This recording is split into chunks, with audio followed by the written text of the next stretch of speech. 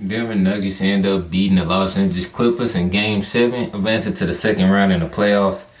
And my thoughts and my reactions on that is this. One team came and act like their season was on the line, and the other team act like they had another game to play. Because I did not see that sense of urgency, the level of focus from the Los Angeles Clippers from the start. You know, they came out lackluster. They came out like a team that they was supposed to feel like they supposed to win without actually putting in the work. Like, I don't know, that game was kind of weird to me because, like, with your season on the line, and I said this last video after the last game, after Game 6, after the Clippers won, I said I wasn't feeling too good if I'm a Clippers fan because the thing is, I don't trust James Harden to replicate the performance he had in Game 6 and Game 7. And look what he did tonight. Are we trusting Norman Powell to do what he did on the road, what he did at home in Game 6? Look what he did. Outside of Kawhi Leonard, nobody really played a good game for the Los Angeles Clippers. Nobody was effective. Kawhi Leonard had 22 points. And that was your leading scorer. Nobody else scored over 15 points for the Los Angeles Clippers outside of Kawhi Leonard.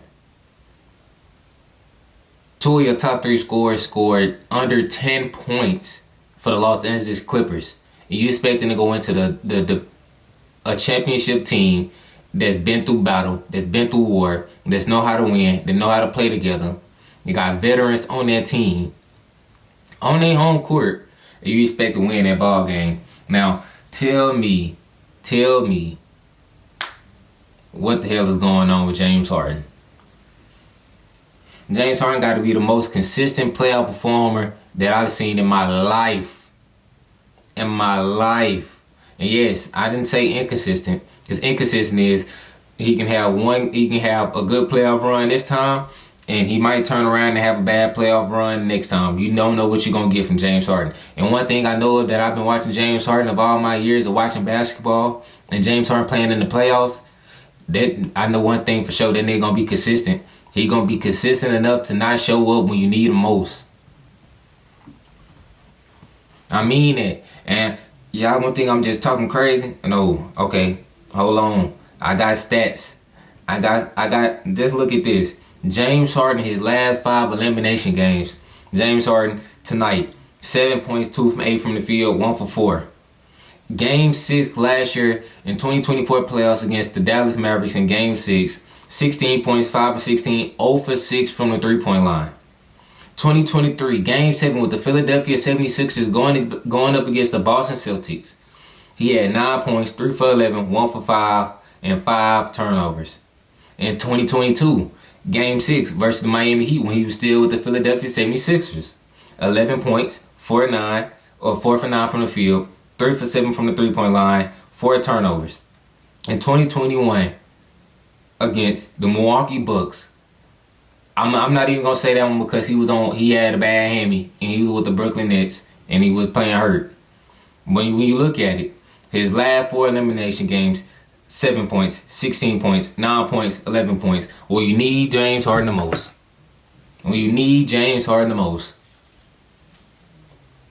You can't find him. You cannot find that man. That's why I say he's the most consistent playoff performer I ever seen in my life, because I know once to get Game 6 or Game 7, when the team need the most, hell, you might as well tell James Harden to go and sit out, because we know what he gonna do. Now, if it's game 1, Game 2, best playoff performer that I've seen in my life, he might even give you 60 in Game 1. Game 6, Game 7, oh yeah, he ain't got enough left in the tank. Now, this is what we've been saying. Now, all y'all that try to say that James Harden is better than Dwayne Wade, we can go and put that to bed now. I don't want to hear no more James Harden being above Dwayne Wade in shooting guard talks. Ever. Let's just put that to bed. Put it to bed. Stop the comparisons. James Harden is nothing like Dwayne Wade. Yes, he had a good run. Yes, he was a prolific scorer, terrific scorer. But damn it, did any of that what he was doing in the regular season, did any of that translate to the playoffs? When the team needed the most, when he was in these game 7, in these game 6, these closeout games against the Golden State Warriors, when he was going up against these other teams, when his team needed him most, where the hell was James Harden in? I don't know.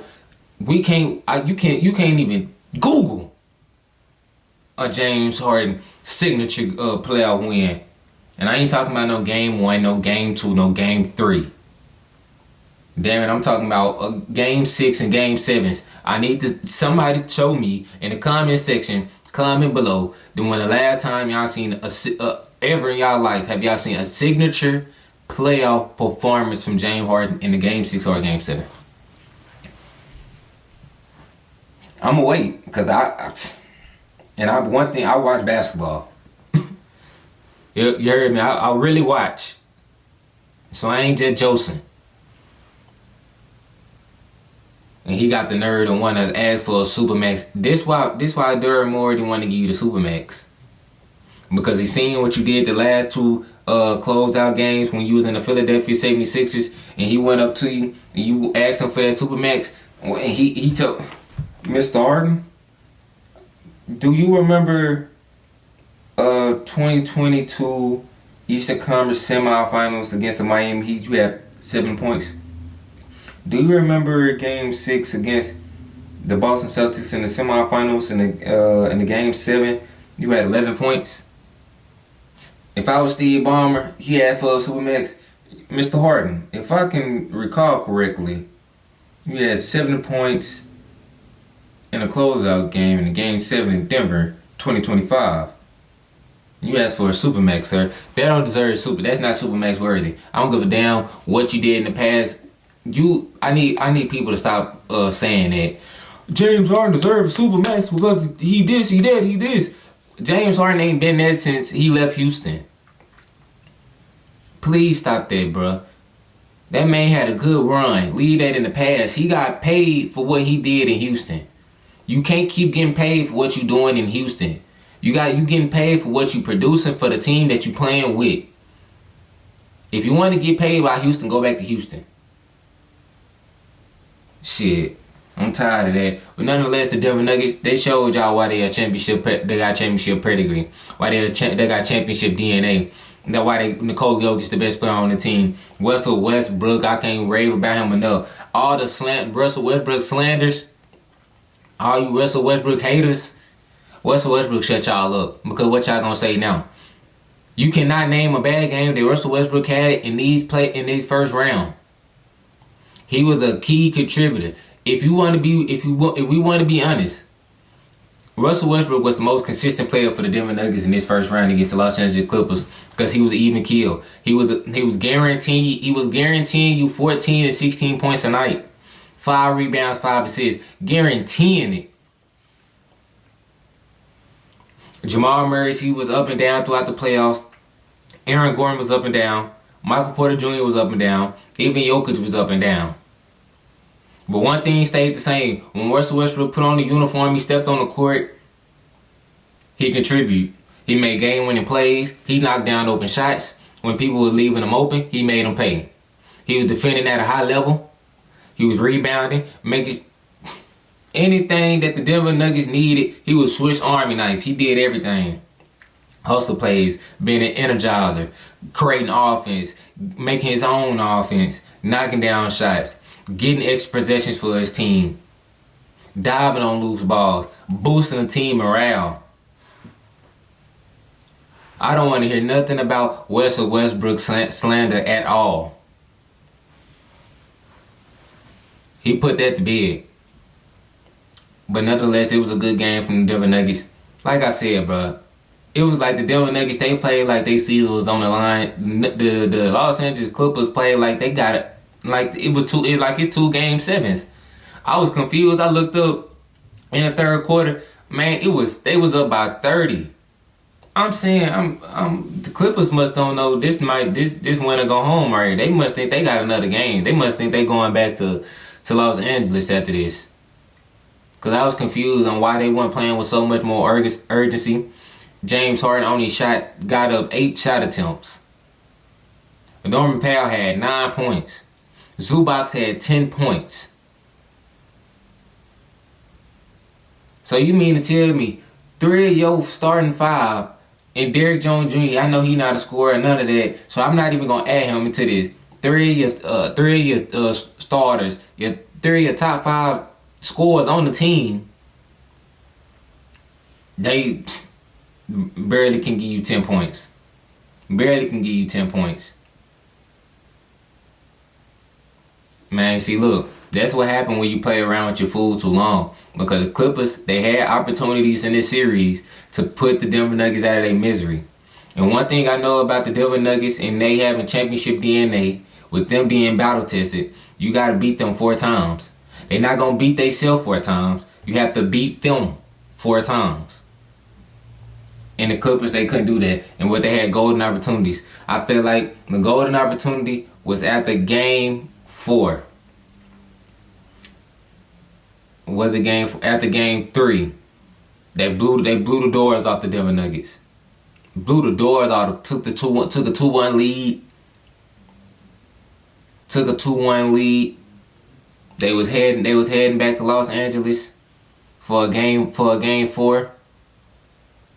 And you end up losing at the buzzer. And ultimately, I don't think the Clippers, they never recovered mentally from that. Once they lost that game at the buzzer, I think it was in either game 4 or game 5, they never recovered from that. And ultimately, that's ultimately what lost them the series.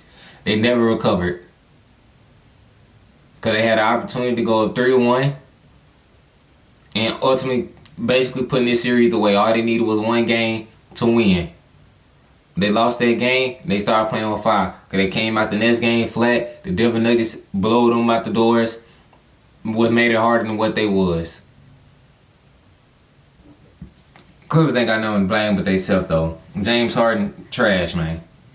Norman Powell, trash, man.